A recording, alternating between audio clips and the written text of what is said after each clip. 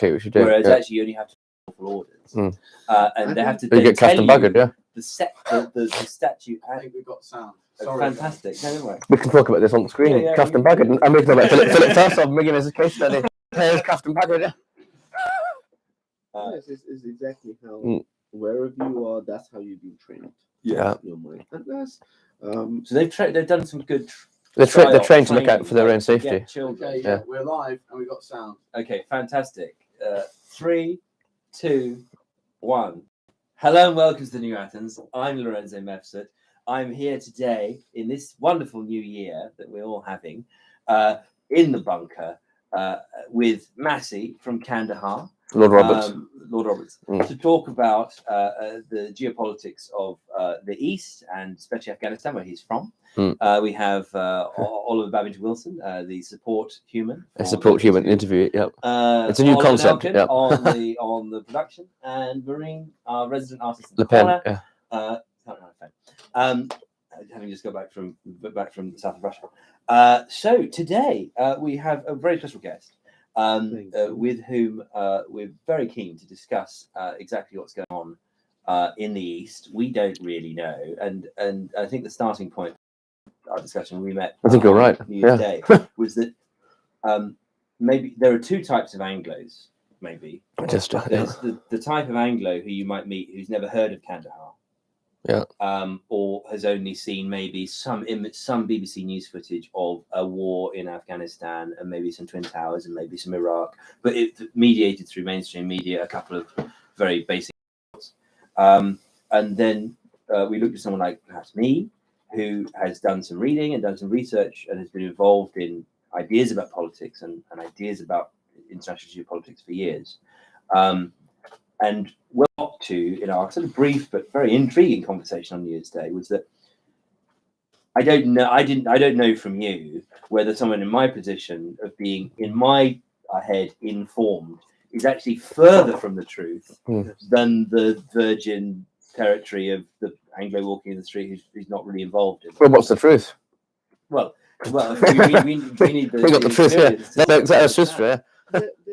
The thing is, majority of things you know about Afghanistan, believe I know, Iraq, or whatever it is being taught to you by media. Yes. Now, before, let's say, example, in 2003, the whole West was convinced that Iraq has weapons of mass destruction. Yeah, that was a madness. The whole West was convinced, whether you knew Saddam Hussein or you didn't know Saddam Hussein, for you, Saddam Hussein was a bad guy.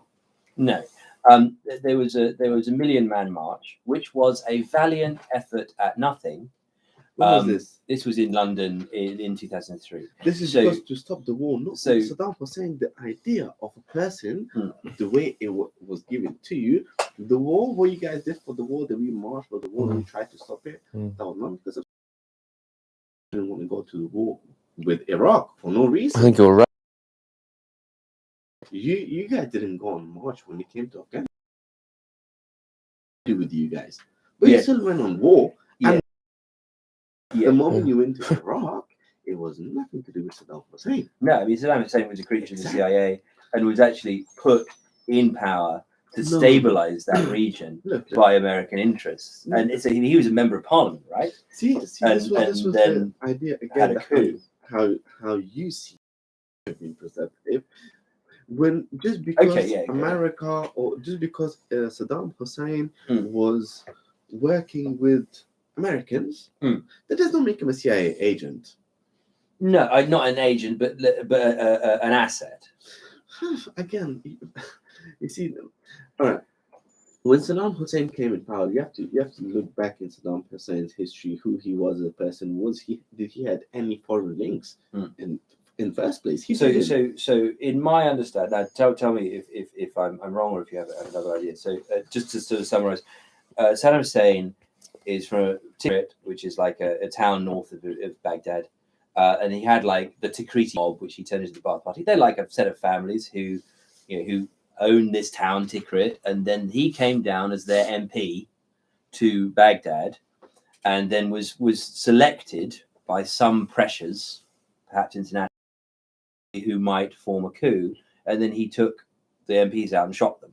for their own safety And as well I as saw others. some video footage of that. And then at that point, the Republic overturned. Well, the Democratic Republic overturned, and he took control. You've got the story right halfway. Okay. The idea that how from a mob he was selected by someone else was not actually true. He was he became a rebel, or he was noticed by that time king or president of the time, who was Saddam was his right hand man. Yes. What was who Saddam was as a person? He was first of all a very charismatic person. Yes, you could see from his trials and so on. Yes. The guy had his own ways and style. And time, you have to understand, this is back in 60s and 70s where Iraq has got a lot of oil, but no one tapping it, or had people trying to get in there. And at the same time, very important thing at that time, Iran was a big player in the region, big player, and it was sort of a fight for who is going to control the Middle East, the Persian Sea. Would it be Iran after the Brits would leave, because they was in 19 something when the Brits left the Caspian Sea? So it was kind of prominence for that as well. And Iraq needed a leader. And that leader at the time when Saddam Hussein took the coup on him, he was not the relevant person to actually run next to Iran to compete in the region. So, as I understand, during Saddam's rise to power, the Americans decided, okay, to counteract Iran, we're going to build up the armaments of this guy, Hussein, and he will become our creature. We'll provide him with arms, and then he will fight the Iranians for us, which happened with the Iran-Iraq War, which is extremely bloody. To take a step back briefly, I think that the reason perhaps why this occurred was that Iraq is fundamentally a creature of Winston Churchill. He went around and drew some lines on a map during the Harry may be more clever. Yeah, Section 6. And well, he actually it was actually Churchill that first gassed the Kurds in 1929, along with Bomber Harris. First quite a lot. So what he did was he drew lines on a map, and actually the divide and rule policy within the British Empire meant they wanted the Marsh Arabs and some of the Shia and some of the Sunni in this kind of hodgepodge Iraq idea, because it would mean they'd fight against one another. And so if they're in a nation and Kurds as well, as 4 tranches of peoples. The Sunnis have the fertile land and the city in Baghdad. The Shia have the oil fields and what more is this? population. What are you talking about? Iraq. No, what? Oh, this is the British imperial idea of what Iraq would be. So they drew it out. Iraq didn't really exist. It was like 4 different bits of 4 different nations. Like Belgium, yeah. Bits of 4 different nations. Like Nigel, yeah. Iraq is one of the oldest As a territory. As a territory. We've been clocked there. Really? Look, a lot of things sometimes when I used to discuss quite a lot of ideas of how you guys see things, it baffles me. It's amazing that you. Okay, if you go back before a lot of countries in Iraq existed. And I'm not saying there was a civilization there. I'm not. No, what I'm saying is that as a nation state, Baghdad was made for thousands of years and a center of civilization. Absolutely. What I'm saying is the nation of Iraq is a fiction of the fall of the Ottoman Empire and the entry of the British Empire. And they said, okay, this is Jordan, this is Lebanon, this is Iraq, and here are the borders. It all happened when Bob Marley left Babylon. They moved out, Put elements of different people into these borders. Give them a government, so they'll fight in the government, and then you can keep your domination. They were already there, but what is and what Brits have always been very, very good at is divide and rule. As you said earlier on, you half, I choose. However they do, they're absolutely great at it. I can't really say much about Iraq because, first of all, I'm not from Iraq, and second, it would be very wrong of me to say or judge. The conversation came up. Not because of Saddam. Let's get back on our home native terms, because otherwise we do by speculating. For us, the Afghans when we hear that, oh, the West believe that we managed to fly planes into the building and you came into war with us. Yeah, bad GPS, yeah. We get in our village, there's lorry drivers following their sat nav too much, and they're coming in. There we are. And the people in there genuinely, even though they're very uneducated, Yes. the basic needs of life is so hard. Like, for granted in Afghanistan, it would be, when electricity comes, people are like, yes, we have got electricity. So it's a very huge thing.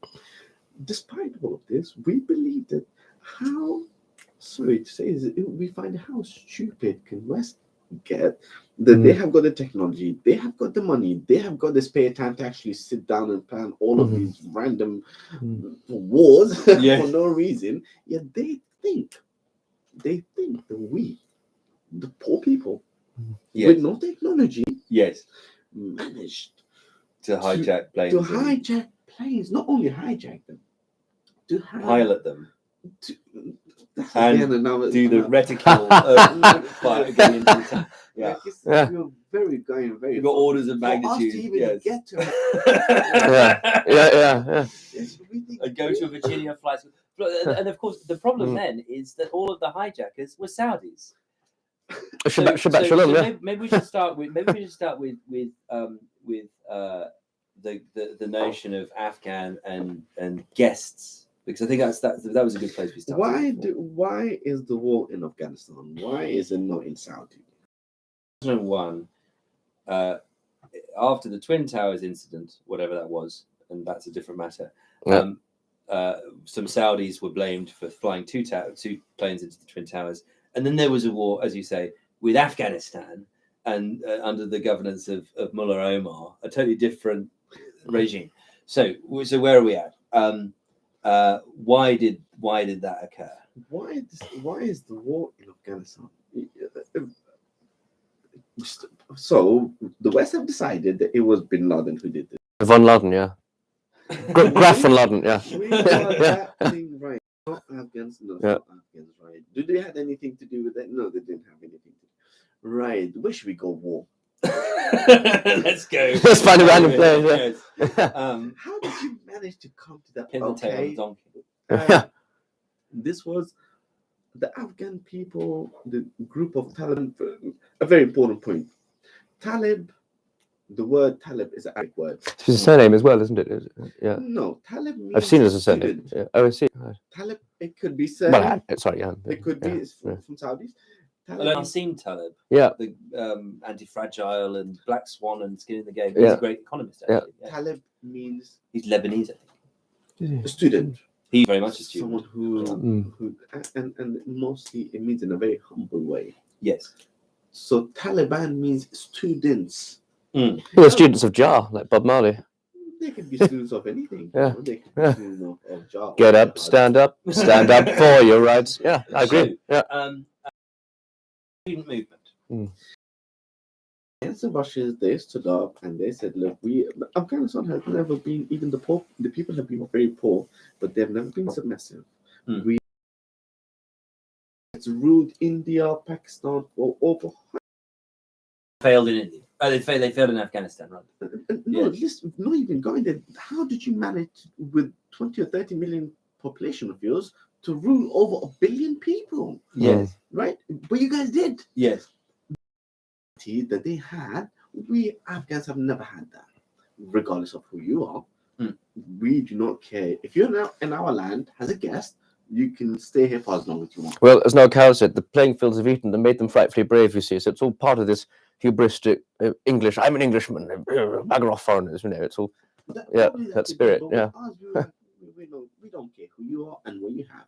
We are not submissive. The reason you have got so many Indians and Pakistanis and Bengalis in the UK right now is because after the Second World War II, the Brits, they came to the Asia and they literally employed these people from India, Pakistan to come and be slave for us. But we didn't really put it in those terms. When it came to Afghanistan, our king at the time, we said we don't want to send none of our Afghans. And if you do look at the statistics, after 96, It's majority of the Afghans, which you might have seen them appearing in here. Before that, you wouldn't have known any Afghans in here in West. People still, the Afghans, we love our land. For us to come and be in someone else's, you can get to, as a white man, you've never faced racism. I have. It's not really a good feeling. And the only racism is the idea of, sometimes we feel not even say anything. That's how stupid your ideas come across to us. Like, example, when we are called terrorists, we're like, I swear you're the one terrorizing. Who's invading whom here? Yes. You see what I'm saying? Like, we do not say. So I so The man meant. And then the prime minister against the king sent him into exile, Dowd, and Dowd became president of the republic. He was a cousin, yes. He was a cousin and prime. Okay. So he was in the royal dynasty, but he was not in the line of succession. So he went from prime minister to president, kicked the king out, and then until 1980. Well, was it 1978? 1978. There was the Taliban. The students rose up in the Taliban revolution. No. Actually, that's time when the Russians came into Afghanistan. When the Russians came into Afghanistan in the 90s, remember, Russia was a superpower at the time. It's been a politic. Yes. You could not mess with them. No American, and especially they won the at the time. America has just lost the war in Vietnam. Oh, like Lavrenti Beria, the man into history. Yeah. You know, they have got a lot in America. Americans have got a lot to show to the Russians because they've just lost the war. Yes. Now, when USSR came to Afghanistan, America knew this very well. That Pakistan is not going to stop them. India is not going to stop them. Shalom Narendra, yeah. They have been a submissive people in the first place. Yes. Even though this has left, it's still they left them. They partitioned it, and they turned they turned them against one another with wars. And there was a war between East and West Pakistan, which is now Bangladesh, and the Pakistanis murdered all of the Bangladeshis. It was horrid, and so there was a huge amount of. And it was infighting. Absolutely, you have to understand Britain very well. That Pakistan, India, Bangladesh, all these countries, they have got will to fight each other, but they cannot and they will not fight any outsiders. Yes, it's in the subcontinent. They've got their own thing. They can fight themselves. Yeah, the Himalaya just sit there, and underneath that is. It's like if you see India and Pakistan's. When Narendra's doing quite a lot of fighting, isn't he? You know, Shalom Narendra. We got to get Imran on the job, yeah. But the moment you're fighting against foreign troops, no. That's not us. So America knew that the only place Russians can be stopped is in Afghanistan. And it was wrongs of the people. The people said, we don't like to be slaves. We have never accepted slavery, and we have never been occupied. Whoever has came to Afghanistan, so-called occupied, we have fought. Section 6 never stopped ever. So after the Second World War, as far as I understand it, from my reading of this history, which is from the BBC, Bitter Lake, very interesting film. It's considered, Adam Curtis is considered like anti-establishment inside the BBC. Give the standard neoliberal line. He looks more difficulties of history and the difficulties of understanding. I've been very influenced by his work, and I checked out his film on Afghanistan again, which is very good today. And one thing he did a bit of a chronology, and he said that so after the Second World War, the American Hoover Dam Company came into Afghanistan with the offer of we'll build you hydroelectric dams and make green and pleasant land and make more farmland. Jerusalem. And so that was then, they then had American companies come and build dams, canals, and so on. That then rose to the surface salts from the soil as an unintended consequence, which made them suitable for poppies. Suitable for you. And so I don't know. I don't know if this is true, but the claim that Adam Curtis very good. The poppies of Afghanistan were a consequence of the dam developments, not native to Afghanistan for many centuries or anything like that, but it was like a recent thing. And so the Opium War element. We've got to be grateful for that, haven't we? So the Americans made like an offer of Afghanistan to enter into the American sphere of influence. Then Dowd was also entertaining Russian offers of help and development and and playing them off against one another. That was his infrastructure money to develop Afghan electricity and so on. So then he deposes the king. He becomes powerful. He deposes. He declares a republic, and then about 8 years later or so, he's assassinated during this Taliban rising, and then the Taliban government says, right, we are going to adopt a policy of neutrality. We're not going to be in the American sphere of influence. We're not going to be in the sphere of influence. That's the starting point. And but then, where does the Soviet-Afghan war fit into that? So, after Second World War, Americans were no longer seen as a superpower, even though they were. But because they've lost wars, they're fat buggers, aren't they? They have got quite and they're very scared of Russians sort of making the whole world into communism. That was the idea at the time. Yes, the whole world would be communist by Russia. Yeah, Lavrenti. Yeah. They did when they made when war was against Russia. It was in 1978, 79 when they started taking all Kazakhstan, Uzbekistan, Tajikistan. Again, all of these people. It was just like a dominoes. Yes. One after another, they were falling. But the Afghan people, this was not their first war. We have had you guys kicked out more than us. We were Captain Buggered. Alexander Magnus was apparently killed. One of the guys. Yes. So the people are not submissive people. They stopped the Russians, and they walked. Every single family they fought with whatever they had home. What happened in here was very interesting. That our neighbors, let's say example, Pakistan, Imran, they were born in 1947 with the partition, which was a British initiative. This one and so they said essentially this area of the Indian subcontinent has more Hindus in this area. Yes, in the Narendras, more Muslims in. So we're gonna the dividing line goes, of course, through Kashmir, but it was just based on like majority. Where's the majority population of which religion? So actually, this was this line that right now is a huge conflict between Afghanistan and Pakistan at this moment of time. Every single day, there's a huge conflict. That eastern border of Afghanistan that goes down. Yeah. Now that is a border recognized only by Pakistan, never by Afghanistan. Yeah. We have never recognized that border. That border was made in 1893. It was Henry Durand. He made it with the king Amanullah at the time. It was meant to be a line just for the Brits. The idea of that line was not a line, the country. It was to actually make another stop if the Russians tried to invade it. Oh, like a borderland, or it was like not even a land, because bear in mind, Afghanistan, over half of the population is a Pashtun. They are Pashtun. They're like Alian Khandareen, So the Khandareen, people, the population of Afghanistan is about 30 million. Yet the Pashtuns over the border of Afghanistan, which was now called Pakistan, is about over 30 million. So the Afghans, they have never recognized this line has a border where the Pakistanis have. Yeah. So what Pakistan did in here, they got the reason, like Kurdistan, the Kurds say, okay, we've got Kurdistan. It's located in several nations. But I don't think we need to be ruled by Aitchison College in Lahore. I think they'd sort us out. Yeah, not the Doon. We don't like the Narendras in the Doon. We like the Aitchisonians, It would have been more like that. Yeah, non-Narendras. Yeah. They are people of history.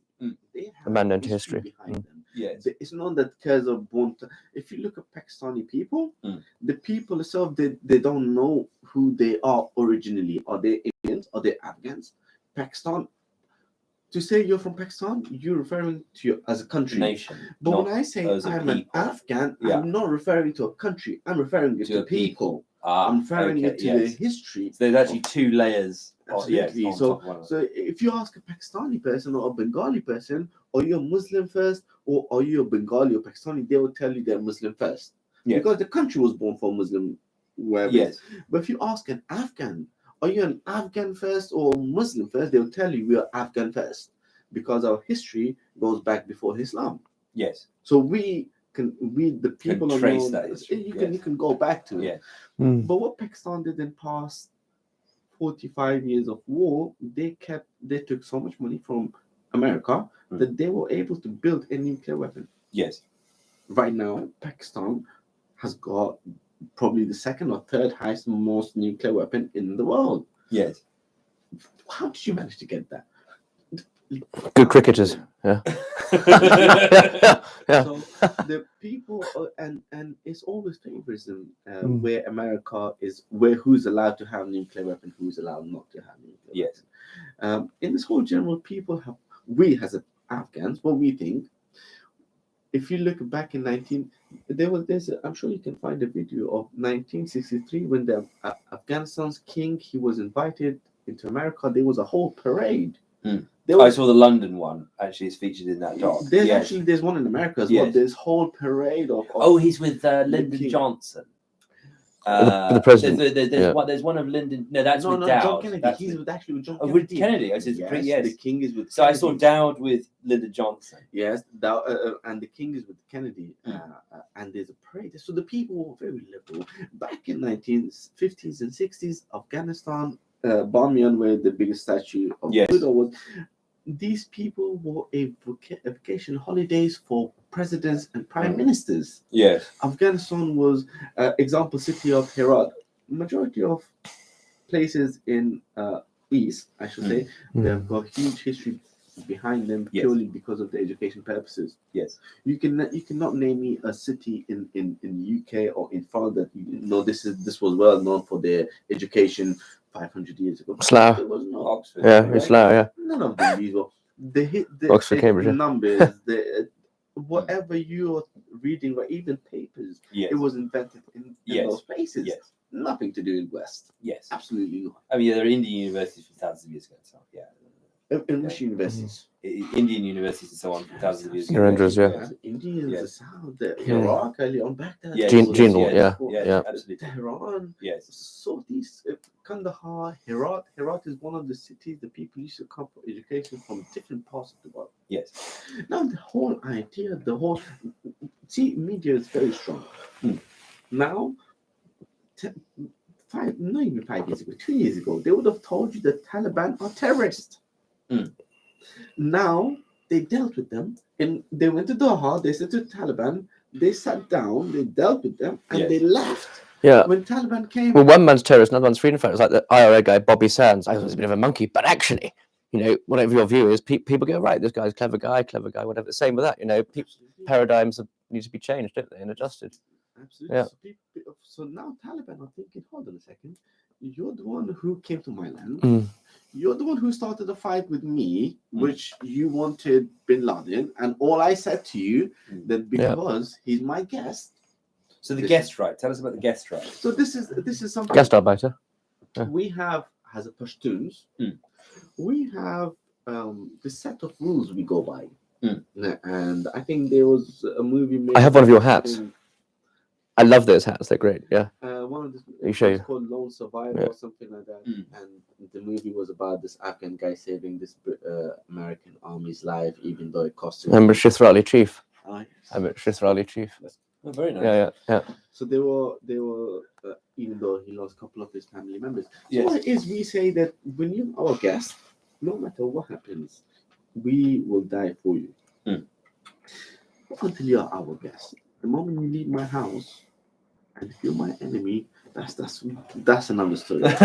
So when George Bush, they actually called Mullah Omar at the time, Taliban's leader, to ask him for Bin Laden, and his replies was that he's a guest in my house. No matter what you do, you cannot take him from my house. Whenever he leaves Himmler House. I think it's Himmler House. Then you can take him, and hence why you did not find Bin Laden in Afghanistan. It's like Boris Johnson, Benson and Hedges, Dr. Johnson, Sam got a Bunsen burner, all that stuff. Yeah. So, Osama bin Laden was supposedly found in Abbottabad, which is the Sandhurst. It has like the officer training corps of like you could apparently see from the house where they supposedly Absolutely. found him. Absolutely. And so he was a guest of Musharraf, but that was a slightly different matter. Yeah, I think you're right. If you see, I have seen a lot of Pervez Musharraf's interviews and a lot of these journalists interview. They say to these so-called big media, BBC, and they say, "No, we didn't know. I mean, he was just right next door to us. We didn't know. We have managed to It's like West Point. It's like in West. We have managed to feed this war for past 30 years, but Bin Laden was in my backyard. I didn't know. Yet, Was it fun? the target, the West are blindly accepting everything they're saying. They tell you this was a very smart narrative from them. They told you, come, we will give you, Pakistan said to West, to America, come, we will give you a place so you can go and bomb Afghanistan from my land. Yes. But you have to pay me for this. I'm not going to allow you for free. So they Cost and loss, them, and then they told the Afghans, don't worry, we're sending money to support this war for you. They're literally, in order for them to get money, they used to train people to send 1,000 people was good to keep Americans busy for 5 months, 6 months. But in this 5-6 months, every single day was hundreds and millions of dollars coming into Pakistan. Why wouldn't you keep? It's like keeping a fool with you who's rich. Yes. Keep them. We've got a lot of those around here, actually. A lot of those around here. Yeah. Thank you. You've got pockets full of money. Yes. And you have came to me, who you know that I'm well-known number one dodgy people. I mean, look, every single president or prime minister of Pakistan, from the day they were born until now, the only thing they've thought about is Pakistan, which is absolutely respectable. But they're taking everyone else for fool in the world. And everyone is playing that fool. Happily, at Very some level. happily. Yes. You're quite right. Happily. So, as Bob Marley said, so much trouble in the world, and he's quite right. That's what we got to. That's what we're up against. So, yeah. land reform. So what I was getting from what I was watching was that the Taliban rising was not only about Soviets. It was also about ending the feudal land holding system. I let Mustafa Khan buy one. To farmers, so they would have their own land rather than be peasants farming a lord's land. They would flatten Mustafa's land registry and then give out parcels of land to farmers so they could have their own property. Was that part of that revolution? You see, it's first off, Philip first off, yeah. The whole idea is just ridiculous. You guys make it sound that those people, which I just explained to you, probably 56 years ago, were most educated people who were there. They went to Harrow, yeah. And yet they're fighting over the land of who's. This is ridiculous. We have in Afghanistan, we have got 90% of everything important to us. We don't make rice like India and Pakistan. Like, we don't have these things. We don't have fight over land. Yes. The West, when they came, the same way when they found America, when Christopher Columbus went there and they saw the Native Americans, they saw how hospitable, how good people they were. And they massacred over 3 million people just to wow. Just because you got cuffs and it says head on your head doesn't mean you please, Yeah. Right. So we will, and another amazing thing that the West think that democracy, how they see it should be acceptable for everyone in the world. Suitable for them. We completely disagree. Democracy, what is a democracy? And where do you define democracy? What is that line you define it in? So just example, in here, you have so-called women's right, where we don't see it as an actual woman right. We see the opposite. We're like, you guys are very clever bees. You guys made women work so you can tax them. Yep, Armament Fry. Yep. Hold on a second. Now, Hold on. the time of the world has ended. How often did the man wanted their women to go and actually work? how often was the idea of equal right and everything is the Western men who have put this idea into the mind of a woman? It's a good point, Why actually. not It's a good they are point. not comfortable. If you ask me, my mother, example, she has been a teacher purely because she wanted to teach kids, not because of any financial reasons. I would An never extremist, let my yeah. mum work for financial reasons. Mm. I wouldn't let. I'm a man. I'm Yeah, born yeah. for me to work. This is my job to work. I cannot stay at home and give birth. This is not what I do. This is what a woman does, right? By biology, by nature, by there is nothing that you can say to me that say, oh, you know what? Look, when a woman have a child, right? That child needs breastfeeding. No I can't do woman, no it, child. but a woman can do it. No So woman, no child. if a woman says to me, "Oh, I'm gonna have a baby, and I'm gonna work as well," oh, then that's not fair for the baby. Why are you having the baby for? Because that baby needs attention. Yeah. Whether it was for food, whether by who they are, you are taking that right from the kid. Why are you having it? Yeah. For what? Are you just having baby so you know whenever you come out from work, you're tired. Oh, where's my baby? Let me take him. Make me in a good mood. Keep a dog. It's actually a very good idea. Yeah.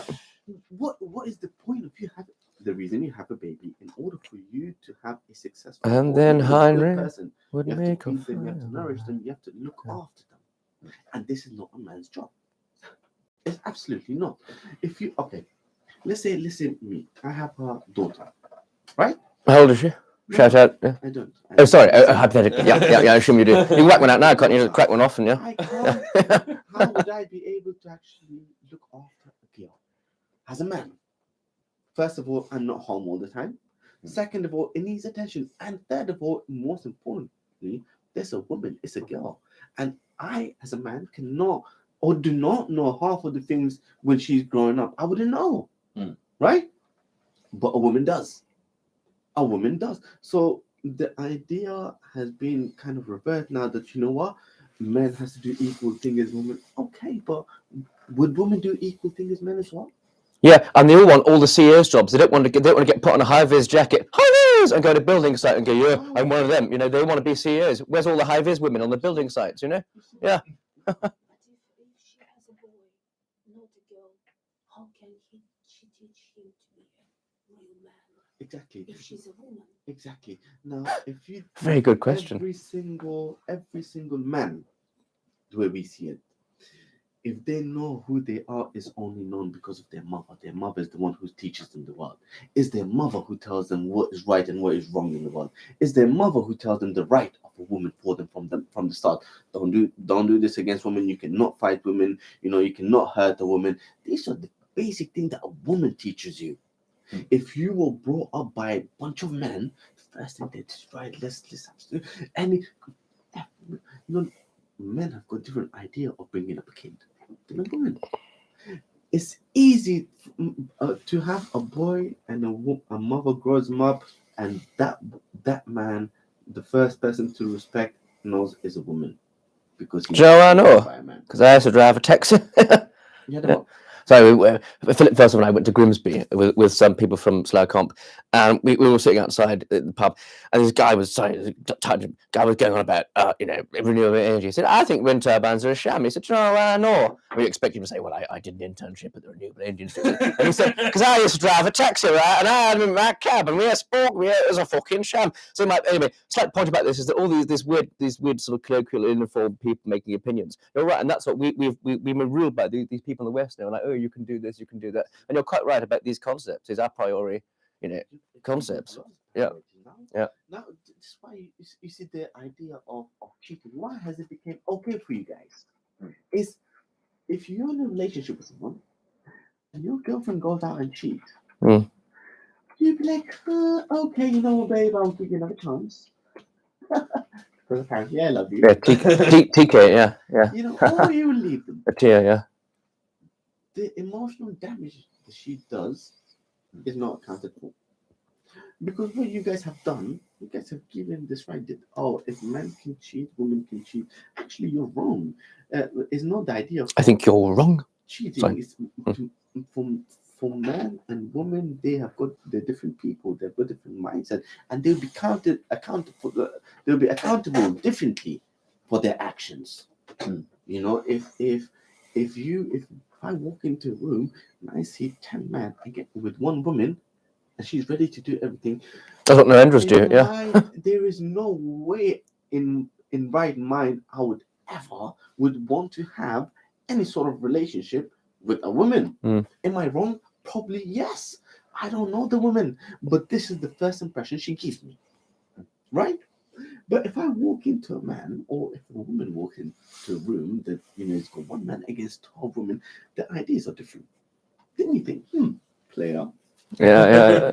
Like Imran Khan was a player in his youth. Yeah. Not your one, the other one. Yeah, Pakistani one. Yeah. If you don't want it, it's Sorry. sometimes a praise. Yeah.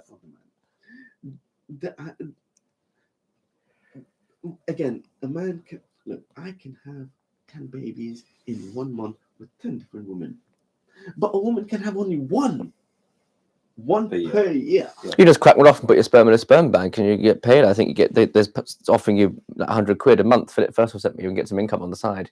This is quite a good idea, isn't it? And then you've got all your progeny just all around the world. So you've got a lot of lonely people. Yeah. Who, half of whom are depositing sperm, and half of whom are looking for sperm without any interaction at all. Yeah. It's like totally disintermediated by the technology. Yeah. Put it in a freezer. Then You've lost values for everything. Yes. Another word. Yes. For you to go give out your sperm and yes. not to know your child. Yes. You've lost value for it. Yes. You don't know. Value for money, yeah. And so that's ready to give your child. Yes. Without even knowing them. Yes. £400. Yeah. Ideas is just, and someone else is actually ready to buy your child £100. It's just you've lost. And the thing about sperm banks, the interesting thing about sperm banks is there's a 1-to-1 relationship between a sperm bank, the scientist that set up the sperm, the guy that set up the sperm bank, and all the kids being his. Like every single one, the guy that set it up, he only gives out his own sperm. This is an astronaut, this is a doctor. You've got a book of men who you can look at and say, I'll choose this sperm. Never happens. Always the genetic logic, the Genghis Khan logic says that the guy that founds the sperm bank ends up having 10,000 children, because he can't get into his head, I've actually got to get these other men to do it, because he has the genetics kicks in, and every single one you find, if they do the analysis, actually they're all the kids of one man who was the founder of it. And was that man known to history? No.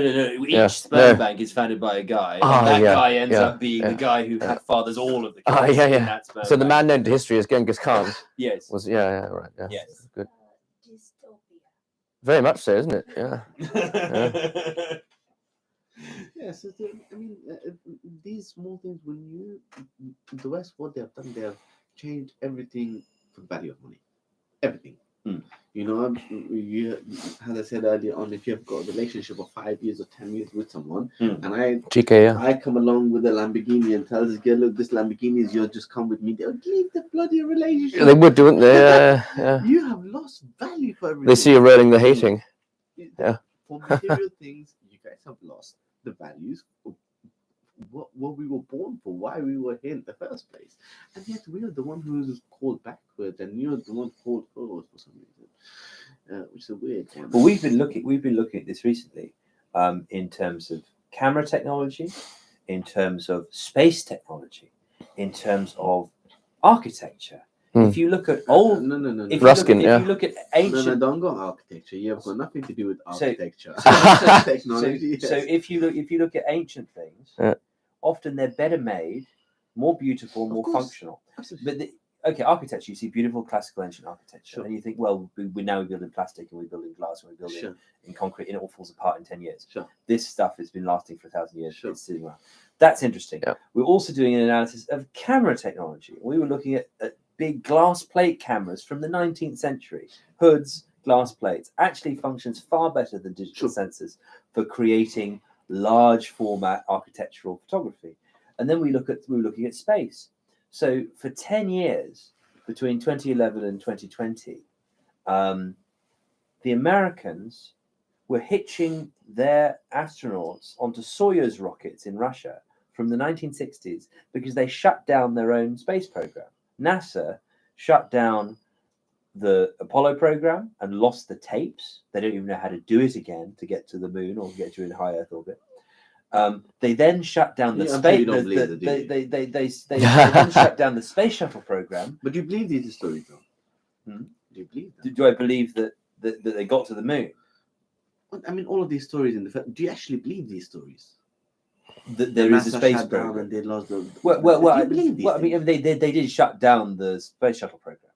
I mean, so the last space shuttle flight was in 2011, and then between then and now, the American astronauts, which is supposedly the superpower, as you were saying, were then hitchhiking rides on Russian rockets to go to this International Space Station with technology from the 1960s. So you're seeing, Yes. so you're right that often you see old tech, antiquitech, old technology was actually greater than we have now. Okay, we've got digital phones, as you see, we've got smartphones, and all our technology is pretty much bottlenecked into the function of a smartphone. And if you look at all the other kinds of technology, from space to architecture to cameras to any other kind of technology apart from the smartphone, and including social technologies, as we were discussing before, it's actually degraded. Our technological base is degraded. But we're told that because this exists, that we're progressing. Just because you've got a phone. Yes. Yeah, exactly. The idea was look. Do you know that I can say majority of the people in third world country has got more open mind and free mind to think compared to you guys? Yeah, it's true. Bob Marley always said that. He was quite right. I'll tell you why. If right now the whole information and every single thing you guys need is in your phone. Yes. And it's very easy for all these social medias to convert your mind And brainwash us. Yeah. into whatever they like. Yeah. Yes. Yeah. We've seen it countless times happening, haven't we? Yeah. Even right now, the fact that you believe all these stories NASA tell you and they lost it. Like, I always wondered, like, how old do you have to be in order for you to believe these stories? But then again, when I see, I was coming by train earlier on, and I saw people, every single one in the train. In the it phone. was like, I could have walked and they're on Grindr trying to find hookups. Yeah. I don't know, poison in the air for them. No one would have realized. Yeah. I've tapped you. Yeah. So, and you said that Afghans aren't terrorists. No Afghan, no terrorists. When you go to Afghanistan, No Afghan, no terror. Think like this. They have got their own mind. Yes. They've got their own thinking. Yes. So you cannot, by social media, you cannot push someone to say, right, we Brits are the best people, or Yes. The narrative would nowhere. We think, look at you guys. 80 years ago, you guys were ready to kill which you actually did, massacre 6 million Jews. Yeah, Johnny Lennon. Yeah. The whole country, apply. Germany, educated people. Yes, the Jews. I was reading. You're absolutely quite. I was reading that. Sorry, but fucking good point. Absolutely, and you're quite. It's very dangerous. Reading about the man known to history as Heinrich Himmler. He was born in Munich in 1900. His mother Anna Maria Himmler, his father Luitpold Himmler. They were a Catholic family, the Himmler household, the Himmler brothers, etc., etc. Nasty people, but these tyrants get everywhere, and we got to be careful. We got to fight for our rights. You're quite right. Yeah. The idea of you saying that this is probably the best thing to happen. No, it's actually the worst thing humans are coming facing this technology, because now anything happens, no one gives a F about it because no one's thinking for themselves. Yes. Everyone is thinking for whatever the social media is pushing you their narrative to. For us, this is why we're rebel people. We're not submissive. You have got mandate. I'm following the in chat. the majority of European countries. You have got vaccine mandate. What does that mean? That means the government is forcing so much. Yeah. Do you know how much one vaccine is made? Hmm? Something about 60, 70p. One vaccine is made for 60, 70. I think it's Himmler House. Do you know how much they're sold? Over $20. Yes. Hold on a second. Why are you forcing me Yeah, cost and loss. to have vaccine in? Why? It's a mortgage, human mortgage. Absolutely. So They asked me- we reported on this on the 19th, And we're mortgagors, on the yeah. 19th of January 2020. The British government took possession of all of our bodies. in Section this 6. country. Everyone over 18 Adverse possession. was put into an organ donor program. Before that date, midnight, it had been opt-in, so you have to sign up. When I die, I want my It used to be organs in to Long be Wales, wasn't it? Yeah. gifted. But you used to do Gifted it to in the in your NHS. passport when you apply for your license. Or So on that date at midnight, with no publicity whatsoever and no vote, no democracy whatsoever, the government shifted it. So now, unless you sign a piece of paper, your organs are property of the state. You've leased your body. You're renting your body from the state, and like any lease, I rent mine out actually. you should give back Piccadilly the Circus, property when you've terminated the lease, as you found it to the landlord. So Yes, now yes. suddenly. Your organs, which Probably are you might sue for yeah, damage. damage, they take drugs or whatever. You've been drinking too much. We're going to take money off you because the organs you're keeping for us, you're not keeping them well. So, what's very interesting is the assetization of the human body. So, and you can see this with the vaccines. So, with the great, what we call the Great Body Snatch, the Great British Body Snatch of 2020, they turned our organs into assets, because before they were just lumps of jelly in our bodies, but now they've got a book value. And of course, we have this idea of organ donation, but actually there's an organ industry that sits behind free at the point of use NHS. And so an organ is worth hundreds of thousands of dollars. Sure. If you look in China, if you look at Sure. the trade in America, and in Mexico. So what the government just did was they said, okay, you're worth $1 million in here, and we're going to create a certificate that now creates that $1 million. And who's on the top of the certificate as the owner of the deed of this mortgage? Oh, it's us. Oh, it's not you who actually grew them and it is them. It's actually us. And so imagine that, like, we're going to create all this value and we're going to assign it You don't need away. to imagine it. They're doing it. Well, I mean, that's what a birth certificate. That's what a birth certificate was. If you know I have this territory. I'm a government, and I have this number of babies born this year. In 20 years' time, I have this number of workers. So this stack of birth certificates represents maybe 1 million, 10 million each in terms of the overall lifetime of the contract of this person as a worker and the money they'll create for the economy. Yeah. And in terms of velocity of money, in terms of trade, they'll make all these, they'll do some work and they'll spend some money, whatever. So I, as a government, can then issue credit notes. I can issue fiat currency on the basis of these babies being born, which is why birth certificates are compulsory. They don't let you not have an organic baby, because they want to know how many mortgages they have, so they know how much money they can sell and print.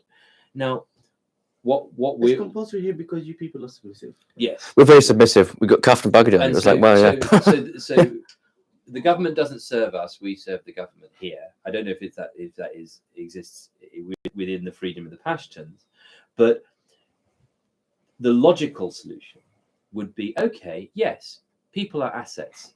The value of money comes from people's labor and people's energy in life. So instead of that value accruing to the state, that value should be given to each person on their 18th birthday, so they can go and do something. Thank you. So it's like retirement. You have retirement. No, you should have retirement at the start of your life, and then work out what you're for. So instead of saying, okay, well, we're going to accrue this money on the back end, and then maybe you'll retire into an old people's home and you'll die age 65. Well, that sounds nice, when actually. You retire, you lose your purpose to live and so on. Instead, we should be giving that $1 million at 18. Say, look, your life authors this money, and we give it to you to set up your life and create a business or create something for yourself.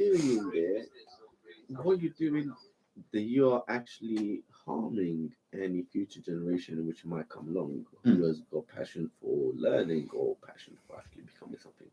Because if you give everyone $1 million, every kid $1 million, what happens after that $1 million is finished? Then do they start living a poverty life? Like so this is not a race like, look, we have allocated, that's all we do, we give this $1 million, and then what happens after if I lose the whole $1 million in one night of casino? Yes, she'd be like, yes. oh well, then you gotta live like a poor guy for the rest of your life. Well, that's what Bob Marley said. Bob Marley said, "Possession make you poor. I don't have that kind of richness." What do you mean rich? You know, he's quite right. What is the richness might be to you? Yeah. Be money for someone else. It might not even have No. money. What I was trying to get at was the lifetime of the contract worth is accrued over time. I And think so more than money- you get a mortgage from a bank, right? So he owns a house. Yeah. You want to buy that Him in the house, house. and I'm a bank. Mm. You come to me, and you say, I want to buy this house, and I say, okay, here's a piece of paper. It's worth $500,000. I give that Yeah. piece of paper to you. Yeah. You give it. You To give me. the money to him. To Himmler. I cash you the money out Mm. electronically. You give it to him. I've created the money with the contract. I don't take that money out of the bank vault and give it to you. The fact that you're going to pay it back to me over time with your labor, your mortgage, gives me the ability to write the credit note. So I write $500,000 into existence from us sitting down together. My point is, people's lives work the same way. We just don't think of it that way. So instead of saying on the back end, you've got to earn £10 an hour minimum wage for the rest of your life, why not create a mortgage version where you author with the lender your whole life value and get it to begin with, and then you can go off and set yourself up. Look, if you're saying that you have got £1 million not worth of money at all, worth of actually assets. Let's say, when you're 18 years old, the government gives you a flat, it gives you a car, it gives you what? No, it's not the government gives you. What I'm saying, no, it's different. What I'm saying is your value to the economy over time will be that. Well, you can tot it up. You can look at the people who are 65 and say, well, okay, look at all their wages, what they spent, what the loans they got. So let's just say someone is 65 years old and they literally have messed up the whole time of their life. What happens? Do you have? Yeah. But again, look, that's something that fantasy stories. Right now, where we are, we should know that money at this moment, there are billionaires in this world. Do you know what that means? That means that there are people in this world who have got more than what they can ever spend in their whole entire life. More than what they spend it across the bills. And majority of these are actually fake money, or it's not. Example, let's say Elon Musk.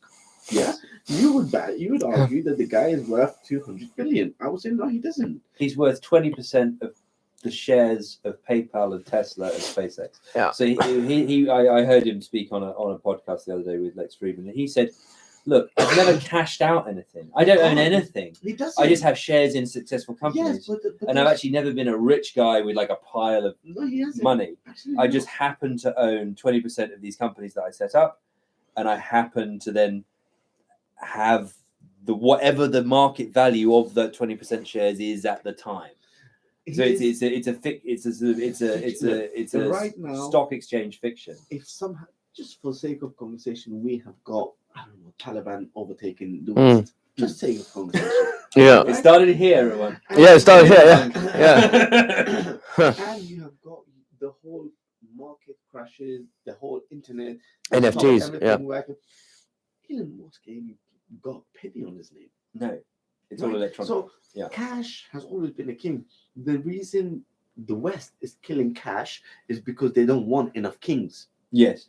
Everyone has got cash. Yes. They're king. I'm not going to do what you say to me, but yes, if everything I have is owned inside a bank card and you own the bank, yes, I'm no one. All I'm doing is literally asking you if I can please take out my money. Yes, and I can put a zero or I can take off a zero with a flick of a switch. And so that's where we're headed with what we see as the Chinese social credit system. That's where we're headed with being regulated through these smartphones. And then if we cross the street wrong, we're not allowed to have a bank account. That's the West. Don't get me wrong.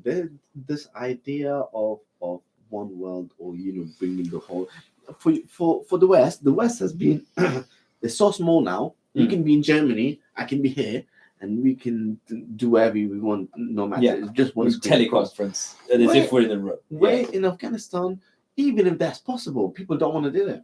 Yes. I don't want to Zoom call someone in Mazar-e Sharif from Kandahar. First of all, Yeah. people are really when you I like that. sort of work with them, they shake your hand for it. Yes. They want to know if you're actually a serious guy or not. Yes. I can't tell if you're behind the screen. You can wear 10 type of ties.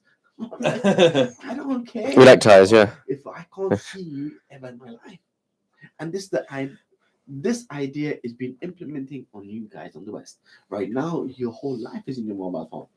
If I take his mobile phone away from him, I die. He will literally hit. I die. Oh my god, where's Yeah. the drugs? No, you're quite right, actually. Yeah, It's like, the life of a junkie. yeah, it's true. Yeah. You know, they Yeah. put your life in this. You don't have your own ideas. You don't have your. People tell me, right? How did you guys? Whatever they say about Afghanistan or the East, for me, sounds so ridiculous.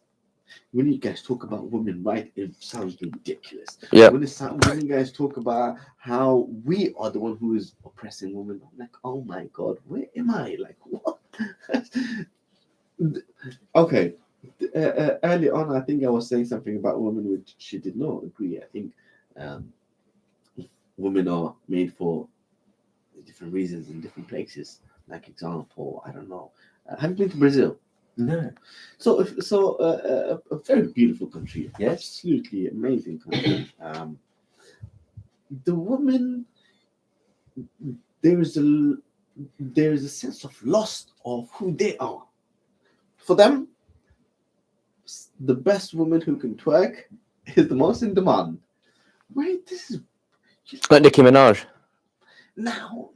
This has became a trend. Who has got a backside? Who has? Yeah. And these things are not meant to be defining a woman. Bob Marley's opinion. Yeah, I think Bob would say, get up for your rights. Don't give up the fight. That's what Marley would say. What would you say? What would you say to Marley and thus to Jar as a result of that? That's up to Marley, whatever he wants. Yeah, you're right. For Actually, me, yeah. Person, this is degrading women. Yeah. If somehow someone tells So me that, Brazilian women, they were too much standing for their rights, and now they're twerking. but they've never stood for their rights. They've never. The But idea why of they're twerking then? the twerking, you see how what men have done in West, they have valued, they put a value against women. They've said to women, right, you know what, if I will, because I have the money, so this is the money, they've created value for the money, and they've said to the woman that your values would be only higher if you've got better back, better front, but so that's the idea, that's the notion. Paying for it. Pardon? Men were paying for it. Man has So always the paid for it. better female twerks, the more money she gets from men. Man has always paid for everything. The whole idea, you have to understand, men are creators of this world. There is no ifs and buts about it. A woman is not creator, men are the creators. But what the West has done to women, their morals have been squashed by money. Where in Afghanistan, you tell a woman to work, boy, it's not only her who would want you to kill, everyone in behind her would want you. You're like, who do you think I am? What do you think of a woman who would just come in front of you and twerk? What do you think of her? Do you think she's an angel? No. You do not what the idea of twerking, you're like, what? Does that turn you on? No. Is that the idea? Is that something that you see? That's talent. No. Why? Because men like to make people do things that just satisfy them or for them to look at you. So up there, I saw this woman, and she was like, "Oh, I like to be a dog." I'm like, okay, and she actually was telling her boyfriend that to put collar on her neck. Oh, and cuffs. Cuffed and buggered. Like Philip Firstov. And you think to yourself, this is called freedom? Is this? Oh, it's Freiheit, yeah. Like, where do This is not freedom. This is not freedom. This is stupidity. This is not freedom. Where are you on dog women? On On the dog women scale. Yeah. No. What do you think of dog women? The freedom to be the dog woman you I always wanted to understand. be. This is a conversation about happiness. Yes. I think. Sort of. So what are parameters are are happiness? Are the emancipated women Yes. happy or not? And we never can answer that. Do you know who said that though? Answer this question, because what we can measure is just the individual feeling of happiness, and it's a matter of psychology how you ask this and what people say. But you never know. Maybe these old working women are really less happy. So you believe, you think just because personal satisfaction of someone is more important than the average knowledge, than the average mind things of Oh humanity. yes, exactly. Yes, good idea. Yeah, we'll pass it over here. Oh. I feel important. Yeah, swap us over. Yeah. Exactly. Yeah, I've been Fry. Yeah, I've been done. I've been Himmler. Yeah. Okay. I was invited in the conversation. Yes, yeah, Lavrenti. Yeah. Lavrenti. 100 Himmler. Ah, Yeah. I know Lavrenti, who is Lavrenti Beria. Beria. Yeah. Yes, it's the only Lavrenti I knew. Yeah. So we are talking about. Well, welcome to Maureen Smith. Thank He's here you. with us. Here with us has been in the background before. Yeah. But now I think we're entering into the chat. We've got the mic. Great. Perfect. So we were saying, Masse saw the dog woman, and thought that was a disordered idea. Yeah, I understand. And I've read a book about British people, and there was a whole chapter about lots of British men. They had such a strong emotions in the schools, the grammar schools, where they were regularly beaten and spanked and maybe yes. And then when they grew up, they kind of couldn't stop thinking about it. So that's why mistresses and BDSM, all these mistresses, they are very popular in UK. It's a huge business. So posh boys from boarding schools, which schools like to be spanked. Which schools, yeah. dominatrix, Italians, yeah. because they're reliving their having been cuffed and buggered as kids by older kids or teachers in boarding schools. Jolly booty yes, weather. because Britain is very famous for this, and the richer you are, the more hardly you are spanked in the boarding school. Yeah. So essentially, corporal punishment and paedophilia in the schools of posh men are causing them to become sexual submissives who then seek out. We see how easy you guys take the idea of pedophiles or the ideas of actually people going through those kind of things. It's very bizarre, because do you think what should people be punished for the pedophiles? Like when they do such a thing, what do you think should happen to them? Well, it's the ultimate evil. Pedophiles, because it's robbing somebody of their entire future life and so causing do you see my earlier point about personal choices or personal happiness? Yes. Just because something makes you happy, it does not mean that you should implement it on the rest of the people. Yes. Right? So example, someone who likes to have sex with young kids, that doesn't mean just because that's his choice, he finds the happiness in it suitable for him. Okay for the rest. Yes. It's absolutely wrong. So there is only so much people should take, as much as when it comes to personal. The rest should be common sense to everyone else. And sorry, not common sense, the common grounds on where people should draw the line of stupidity and happiness. You know, a pedophile can claim that, you know, it makes him happy. And we have a rights movement now in this country. So what would you and say? And have done since the 1970s. It's called PI, the Paedophile Information Exchange. It actually was one of the contributor charities to Liberty, the civil rights organization, was the PI, the Paedophile Information Exchange. Yeah, there was a Labour minister. There was a Labour minister, a woman who was the chief solicitor for the Paedophile Information Exchange in the 1970s, and then became big in Liberty. Harriet Harman, who was one of Tony Blair's ministers. He's a nightmare. He's Richard von Blair.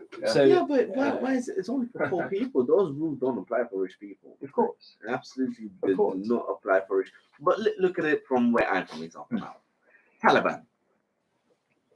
This is my opening gambit for you. Whether you're rich, whether you're poor, whether you're a high-level commander or whether you're a normal guy, if you do something bad, regardless of what it is, the law will not wait for you to go to the court and get punished. No, that's a very long distance. I don't know what was going to happen to you. I don't know who's going to come and rescue you. Yeah. I don't know what's going to happen during this whole trial. All I know is that I've got the keys to the cuffs. So if you ever need letting out, I'll unlock you. There you go. Yeah. For us, the whoever is there at the time, he will be the punisher and he will be the judge at the time. And I look, if my child, God forbid, gets abused, in here they'll say, right, so for this pedophile, he's 5 years or 10 years in prison. Who on earth are you to judge my feelings of how I feel that he should be punished because he did that to my kid, not to yours? You can just say 10 years, that's not enough. That's not enough for me. That's not enough for my kid. My kid is not going after 10 years. He's not going to forget that. I want his blood. His blood. I want him to scream. I want him to suffer. So how much is right and wrong?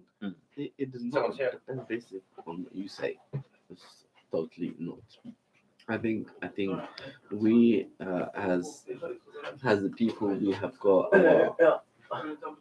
our minds on who do we accept in our society, who we don't.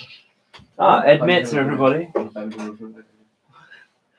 Ed, Masse, Ed, Marine, nice Ed. It's a queue. QR code, thank you. Yes, you've got to use your QR code. It's going over there for it's me, for please. your good as well as others. Yeah, that's what they said. We got to get. That's what the police said when they arrested Philip Firstov. They tied Philip side, put him down, cuffed him, buggered him, slapped him over the head with a truncheon. They said it's for your safety as well as ours, sir. Yeah. Yes, I was invited like an expert in women's rights and emancipation, but looks like you switched to pedophiles, and I'm not necessarily now. So Pedophiles and blood. No, I didn't want to. So we were were talking about. So if somebody raped your child, you want to kill him? Want you? So we've got a American revolutionary flag. We were discussing what happens when someone rapes your child. Okay. So the starting point of this was Massey saw the dog girl, and then we moved on to the perversions of men. She likes to do that. Is that what she makes when she gets fucked? It's quite nice. Yeah, she also likes to lick, and she licks everything Does she have a fish? because she's a dog, Oh, yeah. right? Mm-hmm. Yeah, you guys have extended the idea. It's a family. Keep a dog. You said yourself, keep a dog. Don't have a child. That's what you need. Human dog. I think it's in the house. In the house. So we were talking about freedom and happiness, and so the Western concept now is You're free to do anything you like. free to do anything you like. Everyone including can be a abuse dog. Yeah. essentially. But that's actually always good been thing true. to You know, the abuse of children is very pervasive in all institutions, schools, Churches. Back in 1956, is one of the biggest abusers of kids were the churches. Of course, and it's still true today. Yeah. So it's not just Epstein Island. Yeah, the super elite. This goes to every stratum of society. There'll always be people hiding in institutions around children, or even the family. And maybe a lot of you might disagree with me, but I have traveled quite a bit in my time, and I have found out that the majority of the white people, they are so much in love with having this thing with kids, rather than the idea of the nationalistic example. If you go to Africa, if you go to Asia, the idea is the West has entertained this idea for centuries, from your top kings, and they have entertained the idea of pedophiles. And that's fine. Let's say example India. Mm. India, with the highest population, one of the highest population in the world, you've got highest amount of rape, not of the kids. You've got rape of women. But when it comes to That's what they say. when it comes to women and kids, no. It's that, and 11-year woman with periods, is she kid or no? you see, this is a very interesting point because now, who are we to decide? Example, go back, I don't know, 100 years ago. People, they used to grow up early when they were 13, 14 years old. They were in marriages status, but now we have longer childhood. that look, you know what? It's 18 years old. Who decided this? So you're telling me before 18 years old, a guy and a girl can't have their puberty, or they don't have the hormones? Like, who decided, or who said that after 18 it's okay for you to kill someone, but under 18 you're considered as a naive or stupid? You see, What was that? Kill someone? Would be in military service. Ah, okay. so whatever is the idea, what is with Taliban? They have got a very straight mind about everything. They say if you get caught, do you know 5 years when they first came into power in 1996, when they first came, the only government in the whole entire world, which with all the record in the history, the first government for 5 years, no one saw the president. No one saw how did Mullah Muhammad Omar look like. The one eye. This picture came out very long after the Americans. Yes. Very long after. From 96 until 2001, he ruled Afghanistan. The only time me personally, I remember is one time, I think it was somewhere in 96, 97, that the whole road got blocked. They said, and they don't refer him as his name. They refer him as a leader in a very respectful way. He said the whole day people used to talk, the leader's coming, he's coming. So anyways, it was mid-afternoon. This is Kandahar. Kabul. Yes. 5 cars drove by and all of them had same number plate. It said Al-Tawquf, means non-stop. Tinted car, no one's for the president. Everyone was just cheering. And he was such a person, if he would have said from tomorrow onwards there's no cars allowed to be driven no one would have driven it. They are people of logic, but he wouldn't have said stupid things like, the way the West are making out right now, the Taliban or the Taliban or not Taliban. If they were terrorists, why did you deal with them? Why did you deal with Taliban? You fought them for 20 years. You fought a bunch of people from cave. What? At which stage are you talking about dealing with them right now? Well, at any point, why did before you they weren't? They weren't conceived as terrorists before. Why were you fighting? Sorry? Why were we fighting them? Why are we? Yeah, you fought them for 20 years. Right? Yeah. For what? The purpose. You mean in Afghanistan? Yes.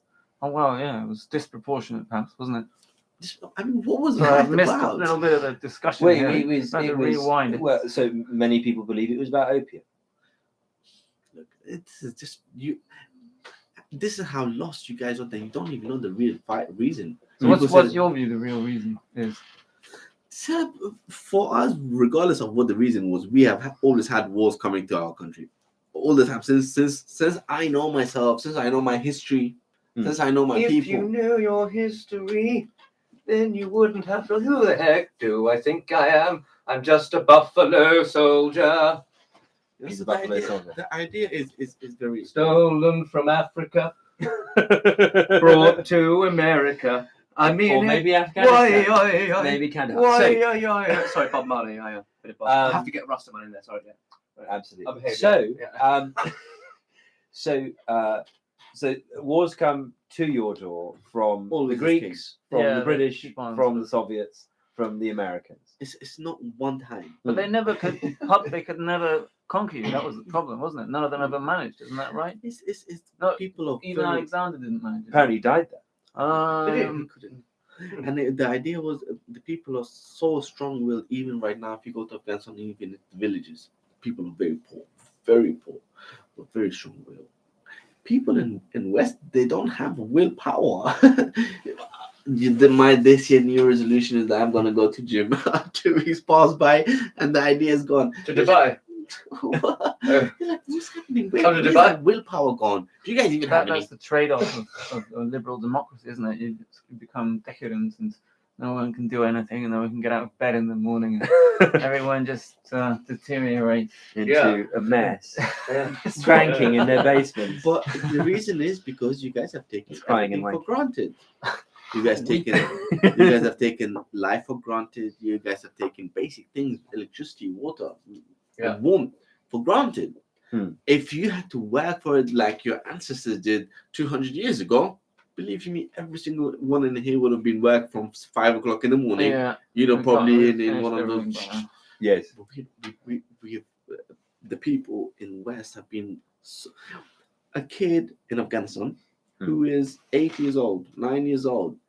I guarantee you that he has got more of willpower and more of determination than anyone who's in there. Oh, so you think this is why it's impossible to conquer Afghanistan? Absolutely. Centuries. Absolutely. People, you cannot break people's willpower. You can't. It's just they're born with this. It's like look, you've got the same thing as like Indians. Hearts and minds. Yeah, take Indians. Oh yes, that was a funny campaign. Very, very simple people. India, we go to people, have fight. The only way they would fight you if it's like hundreds of them and they look back, that they make sure there's one of you and there's 100 of them and there's no way you can beat them. Yes. Okay. Apart from that, they will not fight you. They're very simple people. But the Afghans, the idea of war is born with them. You're a fighter when you're born, you're a fighter. Make sure don't let anyone come over and take your land. Right. When we were growing up with my cousin, we had the AK-47. You open it. You want to see how fast you open it, or how the people are not easily. They have it in the Russian Caucasus as well. So where I'm from, it's Rostov-on-Don. It's not far from Chechnya, Dagestan. And yes, they have this beautiful aesthetic of a male, the conqueror and strong one. And when they were fighting with Russia, Chechnya. I think it's Chechnya House. Yeah, I remember when I was a child, we have all these refugees from Chechnya on our streets. Yeah. And as my city is quite close and they have big universities that they come study in, and yes, it is romanticized as well from where I am from. Our women in general, a very important point here is that where we are from, we know the difference between a woman and a man. When we see our women, we refer them as poetries, flowers, someone who is not supposed to do a lot of hard work. And our women praise us for our mentality or our willpower, or we don't give in no matter what happens. And we are praised for this. We die for this. That's our pride. A woman is not just a woman, for you to play or for you to look at. No. It's not how we see women. You guys are the one who makes women work so you can get higher taxes. Women said they wanted to work. No, women in the West, they just don't like, do the washing all the time, cleaning dishes. They consider it to be quite a hard work. See, why do you guys... hard work. No, hard. Looking after babies. No. Yeah, they say we will better to work. Is that your reason? We'll better go to work, but not wash the dishes. That's the logic. I'm just explaining the point of view. Working tax credits. If this logic was back in 1980s and 90s, okay, but right now you've got so much that women don't have to do anything. Washing, put in a washing machine, cleaning. These are like It's not. It would take 1 hour time of a woman to do those things compared to 8 hours of work that people make her do. But people in Afghanistan are very poor. They don't have washing machines, no? People in Afghanistan I'm talking about right now, they rather wash their clothes with hands, be poor, cook at home, than actually go and work. Okay. The idea is for them, they're like, I'm not the provider. I'm not supposed to be the provider. It's the man who's supposed to provide. So if It's a matter of principle. So if I provide and he provides, who's going to look after the kids? Who's going to cook? What should we do? Like who should? So you're saying most women prefer this? This is Absolutely. Yeah. It's not in forced. Afghanistan. It's not forced. The idea of the is force is wrong. Yeah. It's Oh, not- you mean pre-Taliban? Doesn't matter. The idea the of this 70s. whole idea of women and men in the Okay. throughout the generation, even in 70s, 60s, we were very liberal. People Yeah. used to wear skirts. So even in that Yet time. still that time, they know their roles. They know that, right, as a man, you're a provider, and as a woman, I'm the maker. Yeah. So you bring me to the house, I'll make the house to a home. Isn't. But now, what it is that if you have got baby and you're in the West, both of you expected to work in order to survive. Funny how they expect you to work to pay tax, and they expect you to give your baby to someone else to keep. So you have a baby, yet you don't pay time for them. We see it as a harmful thing you're doing to the kid.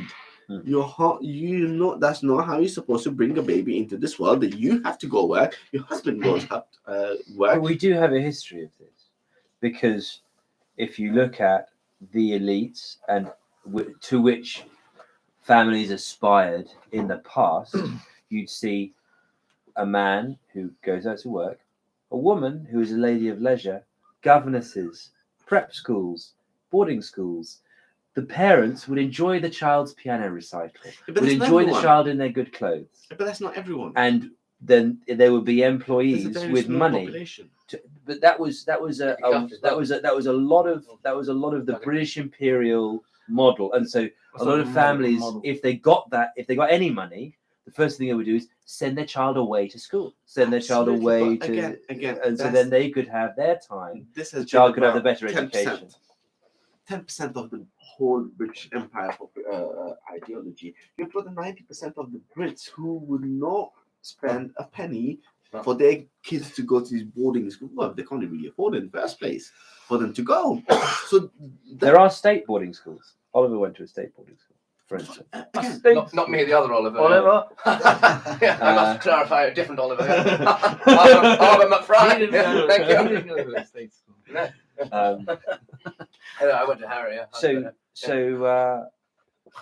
My point is that the home and hearth idea was not shared by the elites who governed these societies and made the model of how these societies worked. You're right, there were many people who couldn't afford those things. But the majority, I should say, not many. So the majority couldn't afford those things. The minority aspired to those things. Yeah, but that's in every way. Anywhere in the, like example, me from Afghanistan, you have got 95% of the country literally hungry, right? But there is a 5% elite, you want to call them. They've got the idea. Like example, in my house, I've had 3 drivers, I've had a gardener, I've had cleaners, I've had different people for different work. But that doesn't mean that's the whole idea of the people. That's for some people who can actually do it.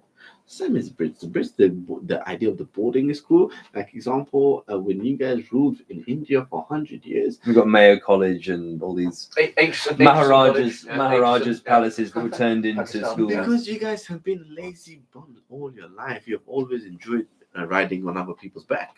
Well, that's what we do here, but all of each other we have. When you went to India, you literally stole billions and trillions in money and cash and assets, and you enslaved the people. Yet you claim to liberate. You played quite a big part in that, didn't you? Yeah, I was the agent of the British East India. I admit, I was the agent of the British East India Company in 1849. Yeah. Well, You rotate I'm his your twin ship. brother. Is Yeah. But to be quite honest with you, I don't blame you guys. I don't blame the Brits who did that. I blame the Saudis who actually went through that. Why? Why do you blame them? I'm half. It's all right. You Oh, you- have- All right, yeah. Yeah. That's fine. And the reason I blame I'm it, curious. the reason I do blame it is because Pakistan didn't exist at the time. no, they didn't. the Mughal, the That's sort one of the reasons. Yeah. end of the Mughal Empire, I suppose. But one of the thing is that you guys accepted these 10 million people who not even 10 million when the Brits came with their army, they were not even a million, but they managed to rule over hundreds of millions of people in India. It was a matter of choice. Yeah, they sort of just let them sort of roll in, didn't they? It was a matter of Business. choice. Why couldn't they It do wasn't- it in Well, Afghanistan? if They came to Afghanistan twice. it was if, a if we're going to look at the Indians or the Pakistanis, there were feudal rulers who oppressed a whole load of people and turned them into and no serfs. denial. And then there's the serfs. So a lot of the serfs who were oppressed by their own power hierarchs. Does it matter if your master's British in a palace or Excuse me. Indian in a Hold on a palace? second. So you're trying to say to me, it's okay if Taliban tomorrow comes and starts ruling in here and tell you know what, after this is Sharia law in London, are you gonna accept it? Regardless of how bad your own Thank people you. are. It doesn't make sense. That's got nothing.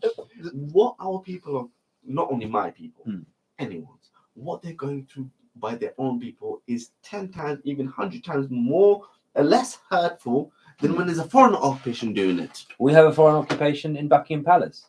You Yeah, the German. Saxe Coburg and Gotha. They've You been there since 1713. You do. You absolutely do. And The House of Himmler. they may have posh English accents, but fundamentally they're a German family from Hohenzollern, from Hanover. Germans. You don't have no English king. You don't have no English queen.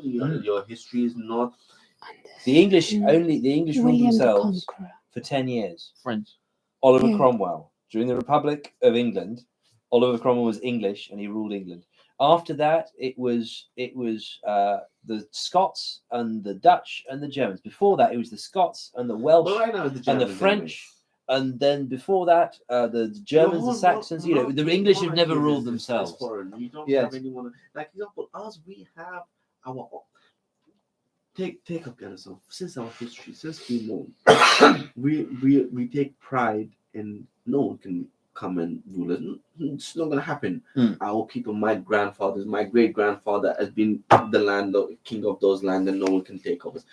But when people are submissive, like India and Pakistan. So yeah, the English sort of just rolled in and said, well, we're just going to That's it, nicely do okay, this. we And everyone want just that. said, okay, all right then. And it okay, happened no, slowly so- and surreptitiously, didn't it? Like the white men went to Africa and they gave Africans mirror, and then in the settlement they took damage. Now, even right now, you get from 4 or 5 countries, you get over 500 billion tax to France every single year. The idea of you giving is your fault. I can go to it. Look, if I come here today and say, all right, guys, get out of this place. If you guys get out of this place, it's not my fault. It's your fault. They're just testing us. So these guys came to India, Pakistan. What were Africa. India going to do against England with all their sort of? Pardon? Well, England had this superior sort of army and everything. I reckon. Superior army. But Wait, these guys, farmers and superior- barristers superior- from New England, from America, they were English, right? But they weren't the redcoats who had a cross in white over where their heart was. They had muskets. They were firing from behind the walls of their own land that they knew, behind dry stone walls, behind tree stumps. And these guys in the American Revolution managed to kill off the British army, the redcoats, which were the most powerful army on earth, because their tactics were wrong. They were wearing bright, they were But wearing it's not bright even red. it's not even about to get to the tactics. That's the second step. The first step is for you to rise. You guys didn't do that part. So when the Brits came, It wasn't. I'm actually a mixture of the two. my mum's English, my father's No, what I'm saying, Pakistani, I so don't- it's like I don't mean personally. I'm just meaning generally. One. it wasn't Yeah. me. when they went to India and Pakistan, these people, without anything, they were very impressed with these clothes and with this, ginger massages. Probably, Yeah, they were. They were. Come along, They were, it's your place. But when they came to Afghanistan, people were like, "What are you doing? Who are you? Do you know where you are? This is not India. This is not Bangladesh. This is not those places. We were the one who used to rule those places. So for us, we already know that these people are very similar to people separate." Do you think it's anything to do with Islam? The fact that England got sort of resisted in that way? In Afghanistan, Yeah, nothing to do with Islam at all, because Afghanistan Islam has was never- not very Islam. Afghanistan, Afghanistan, the people of Afghans, our history when it was written down, we were way before Islam. Earlier Yeah, on, of course. Yeah, the Bamiyan Buddhas, different civilizations. We were people who used to believe in fire, but still the name Afghans were there. But But yeah, of course. otherwise, let's say example, the Pakistanis or the Indians, they're born Muslim before they were born Pakistani. No, in India, it was just a lot of tribal sort of Brahmanists, Sure. and they didn't really have that much Islam there. I think the Mughals were. The Mughals were Islamic. They were Islamic. A couple of comments on the end. Yes. They're quite good. But that was on not- the stream.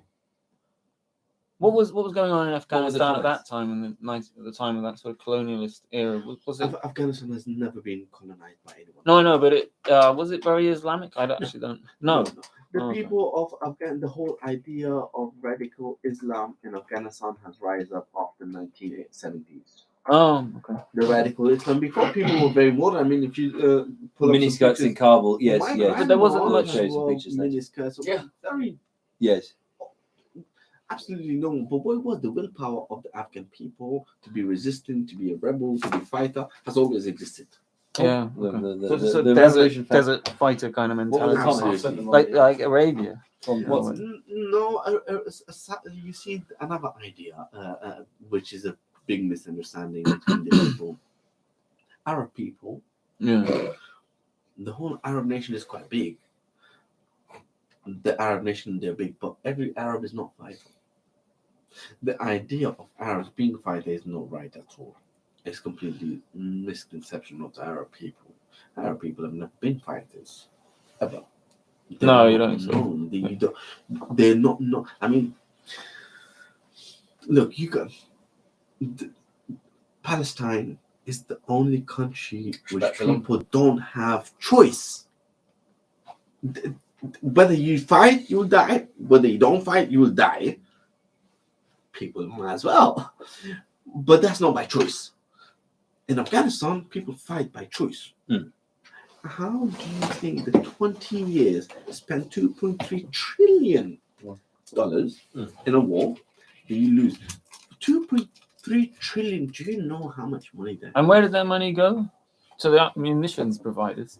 Of course, Western. Zero Halliburton. This yeah. was the whole point of going to the war in such a country that you have got some people who would want to make insurance, weapon, and all these contractors. Yes. So it's a way of taking the money from the populace and giving it to American business. American business.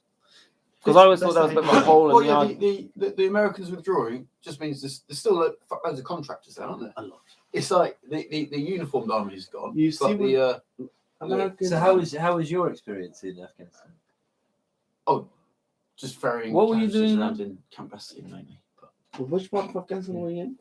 Helmand Helmand. Camp Bastion. Yes. Yeah. Yes, so I'm from Kandahar, just right. Oh right, yeah.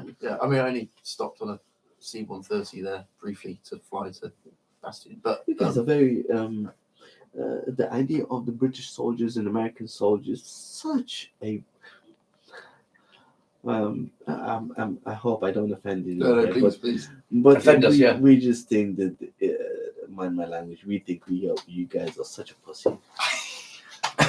so No, so bad. Like you guys, the moment